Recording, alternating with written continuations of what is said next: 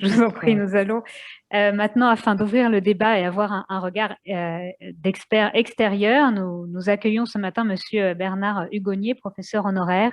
Vous êtes expert international en matière d'éducation, directeur de l'ouvrage collectif Réconcilier la République et son école. Vous étiez directeur adjoint à l'éducation à l'OCDE. Vous avez également présidé l'Institut Montaigne et le groupe de travail Échecs scolaires. Quel regard portez-vous sur la gouvernance dans nos établissements scolaires à l'étranger et quelles préconisations pourriez-vous nous faire à ce propos? Et pardon, Monsieur Hugonnier, que je remercie encore vivement pour sa participation, bénéficie d'un temps supplémentaire à nous tous, puisqu'il vient porter un regard aussi et des préconisations. Voilà.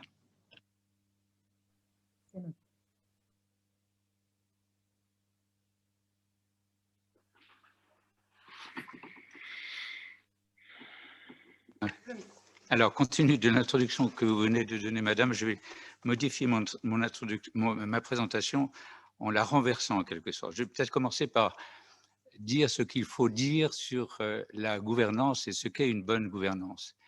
Vous rappelez ce que vous savez sûrement, que la bonne gouvernance a été définie par l'OCDE maintenant il y a 40 ans, peut-être un petit peu plus de 40 ans, lorsqu'il s'agissait de comparer la gouvernance dite anglo-saxonne par rapport à la gouvernance qui était, comment dit-on,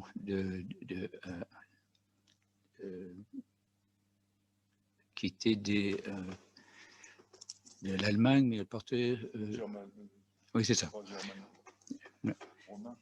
Et donc, à l'époque, on considérait qu'il valait mieux qu'il fallait maximiser les profits des actionnaires plutôt que maximiser les bénéfices des gestionnaires. Sauf qu'on avait oublié qu'il y avait une troisième partie, c'était bien sûr les ouvriers, les employés. Donc, quelle est l'importance d'une bonne gouvernance? La bonne gouvernance, c'est une gouvernance qui regarde quels sont ceux qui participent à la bonne marche de l'entreprise. Et bien entendu, on regarde s'il y a une bonne répartition des bénéfices et des résultats entre tous ceux qui participent à la réalisation de l'entreprise. Or, si on regarde notre système actuel des écoles, et des écoles privées en particulier, parce que finalement, les écoles qui sont sous votre règne, ce sont un petit peu des écoles privées, en partie, pas seulement, mais en partie, eh bien, peut-être faudrait-il y réfléchir à deux fois avant de définir exactement ce que devrait être. Donc, si on revient sur cette gouvernance, cette fameuse gouvernance, la réflexion que j'ai portée, c'était que, in fine, il y a une évolution qui s'est faite petit à petit dans les écoles et dans le monde entier. Et cette évolution est la suivante. C'est qu'on s'est aperçu que ce soit les chefs d'établissement ou les directeurs d'école, ils avaient de telles responsabilités qu'il était soit responsabilité d'un seul homme, ce qu'on appelle finalement une responsabilité d'une tête d'épingle, que tout remonte à une seule personne, que ce soit un homme ou une femme. Et que petit à petit, on s'est dit, mais est-ce qu'il ne serait pas possible que ces responsabilités soient partagées? Et que, donc, on est arrivé à un concept qu'on a appelé, bien sûr, d'une appellation anglo-saxonne, leadership partagé, et que cette responsabilité soit menée non plus par une seule personne, mais par une équipe. Ce concept de leadership partagé est arrivé donc à cette nouvelle gouvernance. Finalement, ce serait mieux si tout le monde, s'il y avait une équipe qui serait responsable, in fine, de l'ensemble des responsabilités de l'école. Et à partir du moment où on dit ça, on se dit quelles sont les parties prenantes de l'école. Et les parties prenantes, ce n'est pas seulement, bien sûr, ceux qui travaillent dans l'école, ce sont aussi ceux qui sont un petit peu à l'extérieur de l'école. Donc, c'est peut-être, si on reconnaît d'abord ceux qui sont responsables de l'école, c'est le ministère, c'est le rectorat, et puis ce sont les parents d'élèves, et puis tous ceux qu'on appelle la communauté un peu plus large de l'école. Ce qui, bien sûr, complexifie très largement la gestion de l'école. Mais pourquoi pas? Et à partir du moment où on le fait, on s'aperçoit que plus on regarde cela et plus on prend en compte ceux qui gèrent l'école et qui sont responsables, plus on a une bonne gouvernance parce qu'on donne ces responsabilités et on les partage.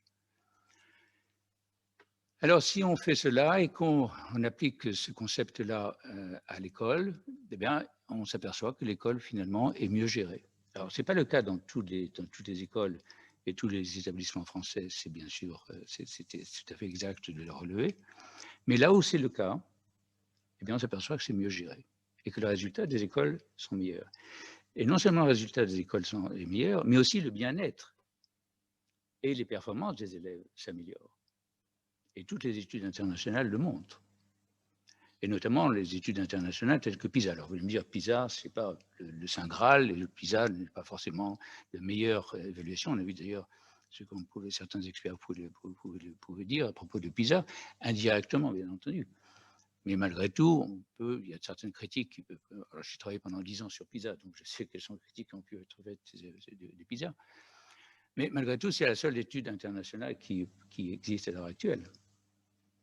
Et pour l'instant, on s'aperçoit que, quoi qu'on en dise, c'est une étude qui est de plus en plus solide sur des bases qui sont de plus en plus solides. Donc, quel est le contexte actuel et qu'est-ce que l'on peut en tirer?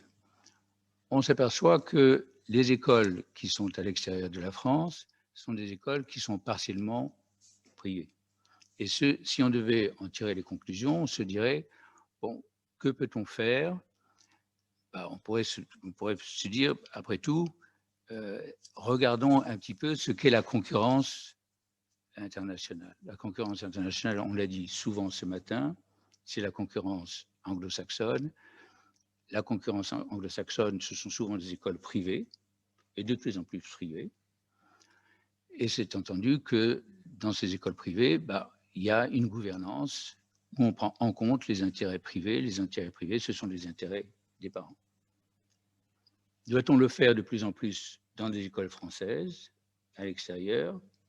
Ma réponse serait oui, dans la mesure où, suivant les enquêtes internationales et les études internationales, on voit bien que, je le répète, à partir du moment où on prend vraiment en compte les intérêts des parties prenantes, on s'aperçoit que les résultats des entreprises, des institutions sont meilleurs. Vous pouvez remettre ça en cause, dire que ce n'est pas du tout la façon dont on gère les choses en France, peut-être, mais à terme, on y viendra. À terme, je le répète, on y viendra. Donc, ce qu'on peut faire, c'est simplement regarder ce qu'on fait à l'extérieur, faire des comparaisons internationales, sur ces bases de ces comparaisons internationales, en tirer les leçons. C'est la recommandation que je ferai. Maintenant, on peut regarder autre chose. On peut, par exemple, regarder les préconisations que Mme Casbonne a faites elle-même, il y a quelque temps, je crois qu'il est de votre rapport, il y a 2 ans, et regarder ces préconisations que je soutiens, je supporte moi-même, parce qu'elles vont dans le bon sens, exactement dans le sens où, de fait, on reconnaît que ce sont des écoles privées partiellement privées et que, naturellement, on devrait avoir une plus grande partie des responsabilités dans la gestion et dans l'organisation des écoles qu'on prenne en compte, bien entendu, la responsabilité plus grande des parents d'élèves. Alors, je ne dis pas qu'il faut que les parents d'élèves décident de tout, mais il faudrait indiscutablement que ce soit le cas. Si tel n'est pas le cas, il faut prêter attention à cela. C'est que vous aurez une certaine tendance, c'est que, vous voyez bien, je ne fais pas une critique à quiconque, mais vous voyez bien que la tendance, c'est qu'il y a un marché privé-privé, totalement privé, qui se développe par rapport à un marché qui est le marché